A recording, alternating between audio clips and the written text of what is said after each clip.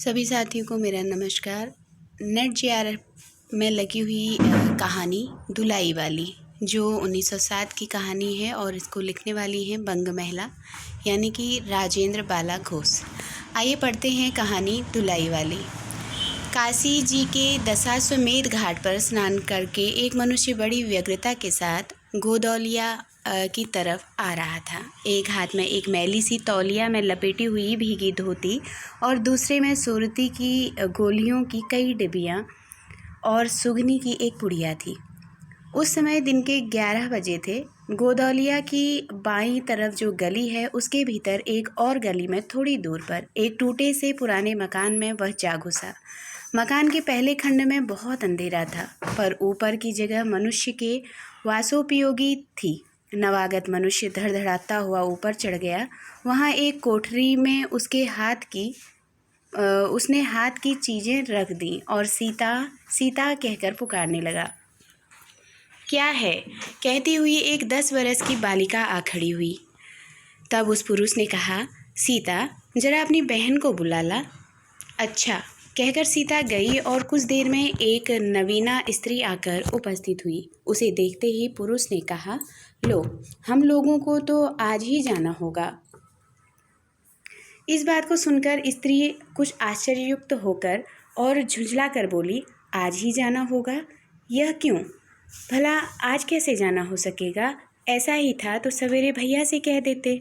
तुम तो जानते हो कि मुंह से कह दिया बस छुट्टी हुई। लड़की कभी विदा की होती तो मालूम पड़ता। आज तो किसी सूरत जाना नहीं हो सकता। तुम आज कहती हो, हमें तो अभी जाना है। बात यह है कि आज ही नवल किशोर कलकत्ते से आ रहे हैं। आगरे से अपनी नई बहू को भी साथ ला रहे हैं। सो उन्होंने हमें आज ही जाने के लिए इसरार किया है। हम सब लोग मुगल सराय से साथ ही इलाहाबाद चलेंगे। उनका तार मुझे घर से निकलते ही मिला। इसी से मैं झट नहा धोकर लौट आया। बस अब करना ही क्या है? कपड़ा वपड़ा जो कुछ हो बांध बूंद कर घंटे भर में खा पी कर चलो। जब हम तुम्हें विदा कराने आए ही हैं, तब कल के बदले आज ही सही।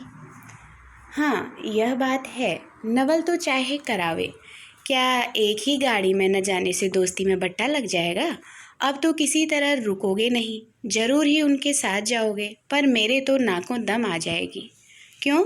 किस बात से? उनकी हंसी से। और किससे? हंसी ठट्ठा भी राह में अच्छी लगती है, उनकी हंसी मुझे नहीं भाती। एक रोज़ मैं चौक में बैठी पूड़ियाँ काट रही थी कि इतने में न जाने कहाँ से आकर नवल चिल्लाने लगे, ए बुआ, देखो तुम्हारी बहू पूड़ियाँ खा रही है। मैं तुम्हारे शर्म के मर गई। हाँ, भाभी जी ने बात उड़ा दी। सही, वे बोली खाने पहनने के लिए तो आई ही है, पर मुझे उनकी हंसी बहुत बुरी लगी। बस इसी से तुम उनके साथ नहीं जाना चाहती? अच्छा चलो, मैं नवल से कह दूंगा कि यह बेचारी कभी रोटी तक तो खाती ही नहीं, पूड़ी क्यों खाने लगी। इतना कहकर बंसीधर कोठरी के बाहर चले आए और बोले, मैं तुम्हारे भैया के पास जाता हूँ, तुम रो रुलाकर तैयार हो जाना। इतना सुनते ही जानकी देवी की आंखें भर आई और आषाढ़ सावन की ऐसी झड़ी लग गई। बंसीधर इलाहाबाद के रहने वाले हैं, बनारस में ससुराल है। स्त्री को विदा कराने आए हैं। ससुराल में एक साली और सास के सिवा और कोई नहीं है। नवल किशोर इनके दूर के नाते में ममेरे भाई हैं, पर दोनों में मित्रता का ख्याल अधिक है। दोनों में गहरी मित्रता है। दोनों एक जान दो कालिब हैं। उसी दिन बंसीधर का जाना स्थिर हो गया। सीता बहन के संग जाने के लिए रोने लगी। माँ रोती धोती लड़की की विदा की सामग्री इकट्ठी करने लगी। जानकी देवी भी रोती तैयार होने लगी। कोई चीज़ भूलने पर धीमी आवाज़ से माँ को याद भी दिलाती गई। 1 बजने पर स्टेशन जाने का समय आया। अब गाड़ी या इक्का लाने कौन जाए? ससुराल वालों की अवस्था अब आगे किसी नहीं कि 2-4 नौकर चाकर हर समय बने रहें। सीता के बाप के न रहने से काम बिगड़ गया है। पैसे वाले के यहाँ नौकर चाकरों के सिवा और भी 2-4 खुशामदी घेरे रहते हैं।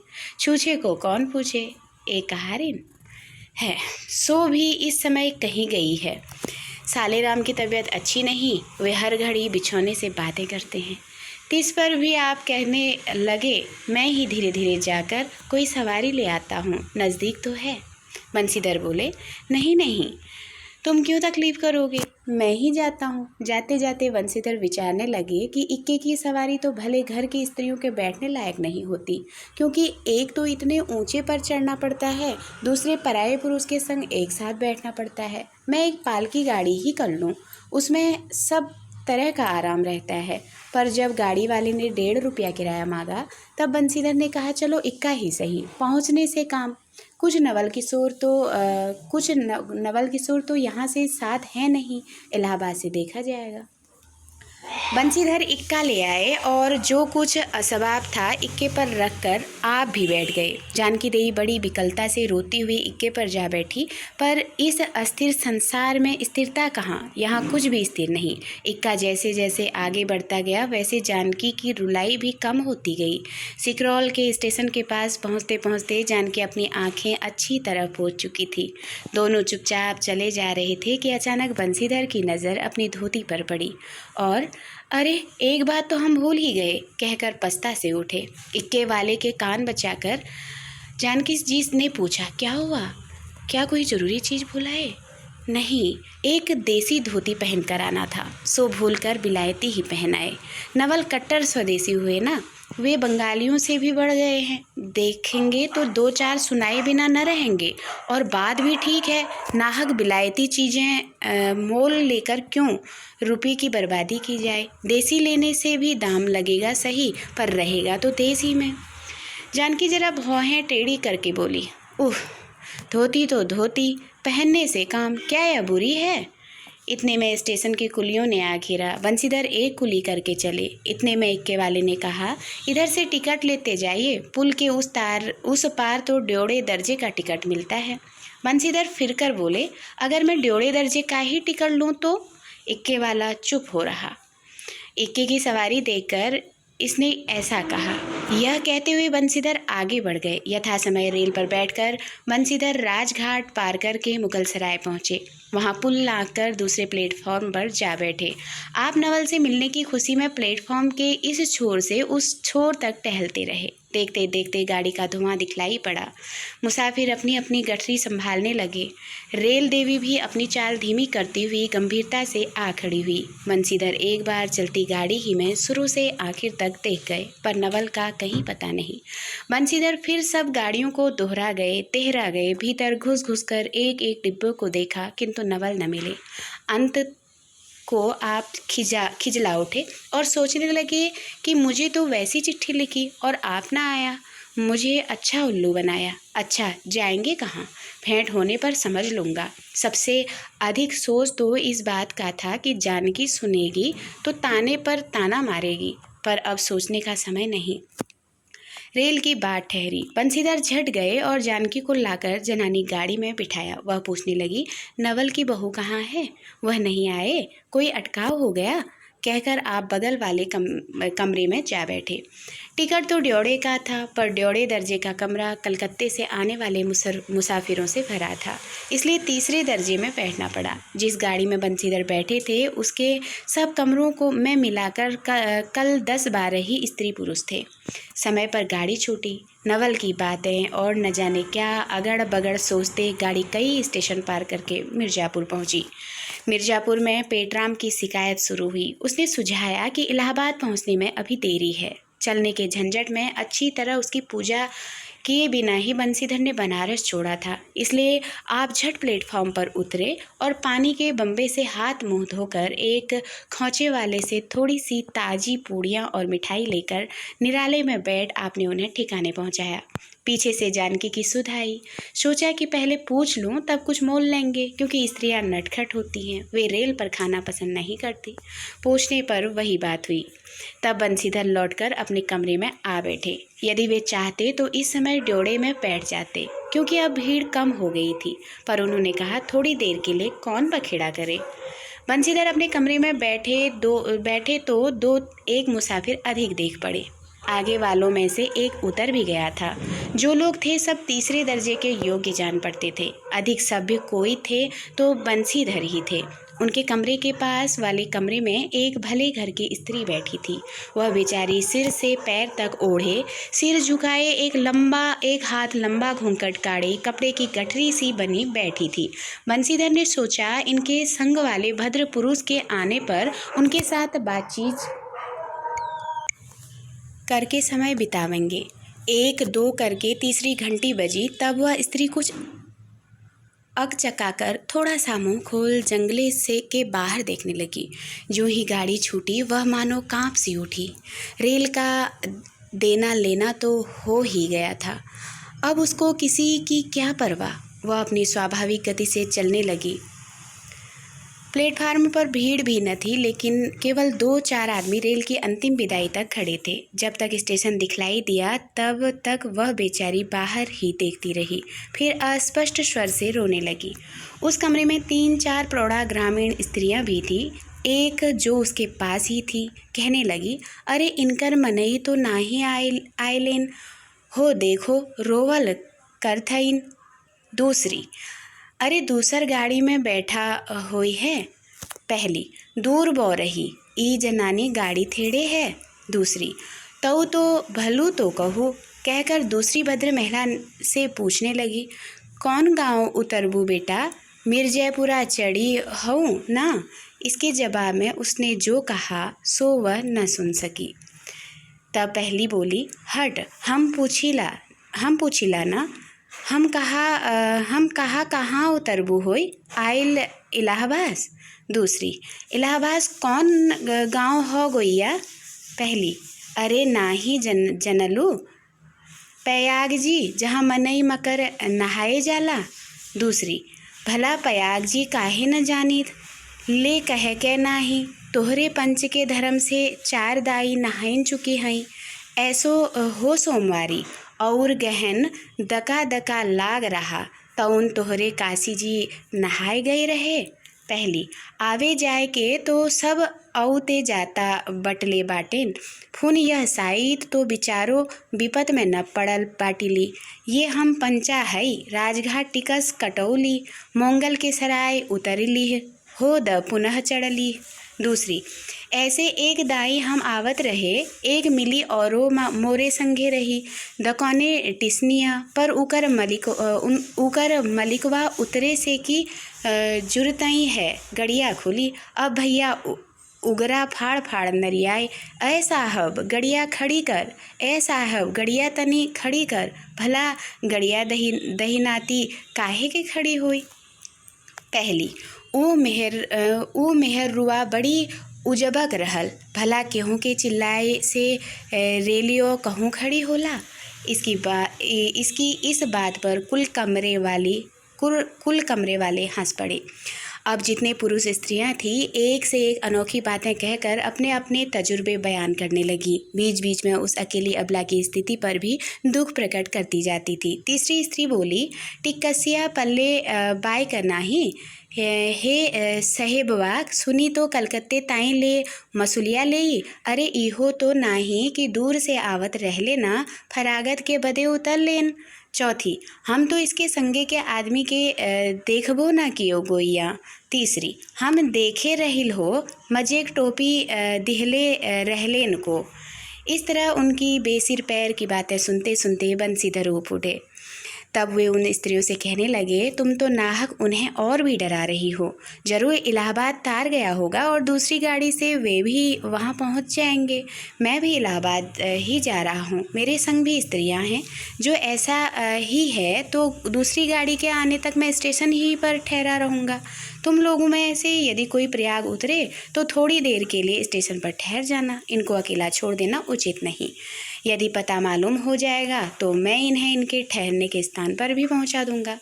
बंसीधर की इन बातों से उन स्त्रियों की वाग्धारा दूसरी ओर बह चली। हाँ, यह बात तो आप भली कही, ना ही भैया, हम पंचे काहे के केहू से कुछ कही, अरे एक के एक करत न बाय तो दुनिया चलत कैसे बाय, इत्यादि ज्ञान गाथा होने लगी। कोई कोई तो उस बेचारी को सहारा मिलते देख खुश हुए और कोई कोई नाराज भी हुए। क्यों सो मैं नहीं बतला सकती। उस गाड़ी में जितने मनुष्य थे सभी ने इस विषय में कुछ न कुछ कह डाला था। पिछले कमरे में केवल एक स्त्री जो फरासीसी छीट की दुलाई ओढ़े अकेले बैठी थी कुछ नहीं बोली। कभी कभी घूंघट के भीतर से एक आंख निकालकर बंसीधर की ओर वह ताक देती थी और सामना हो जाने पर फिर मुंह फेर लेती थी। बंसीधर सोचने लगे, यह क्या बात है। देखने में तो यह भले घर की मालूम होती है पर आचरण इसका अच्छा नहीं।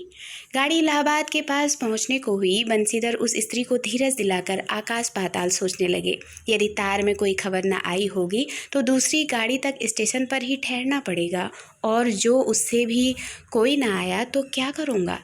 जो हो, गाड़ी नैनी से छूट गई।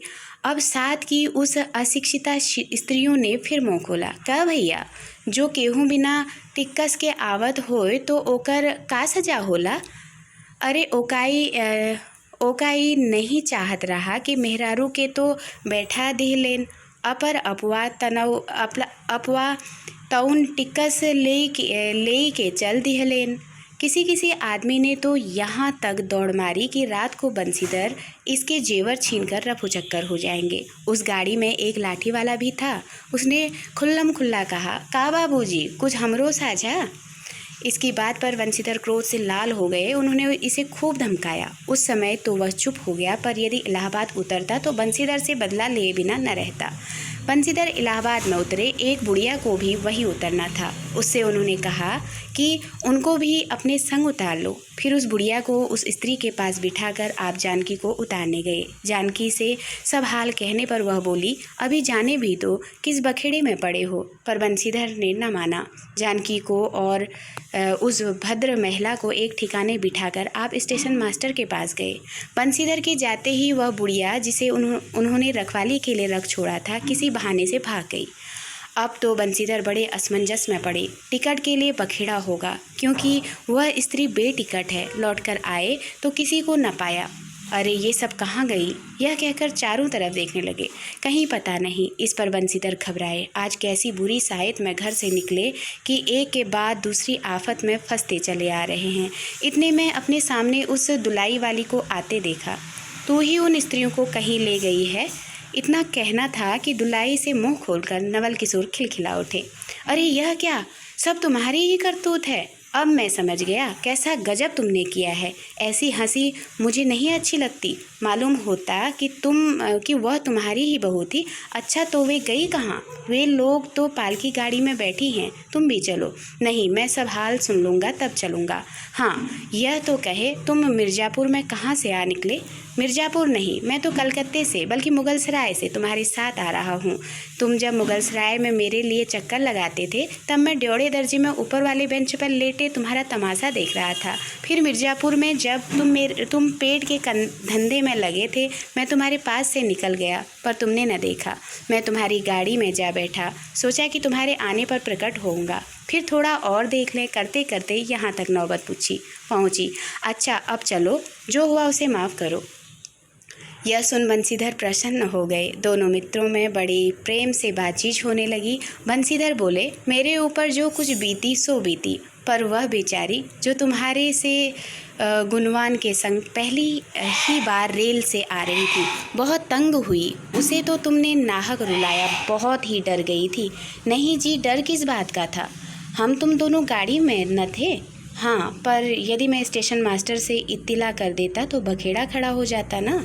अरे तो क्या, मैं मर थोड़े ही गया था। 4 हाथ की दुलाई की बिसात हित कितनी। इसी तरह बातचीत करते करते दोनों गाड़ी के पास आए। देखा तो दोनों मित्र बधू में खूब हंसी हो रही है। जानकी कह रही थी, अरे तुम क्या जानो, इन लोगों की हंसी ऐसी ही होती है। हंसी में किसी के प्राण भी निकल जाए तो भी इन्हें दया ना आवे। खैर, दोनों मित्र अपनी अपनी घरवाली को लेकर राजी खुशी घर पहुँचे और मुझे भी उनकी यह राम कहानी लिखने से छुट्टी मिली। इस तरह राजेंद्र बाला घोष की कहानी दुलाई वाली यहीं पे समाप्त होती है। बहुत बहुत धन्यवाद।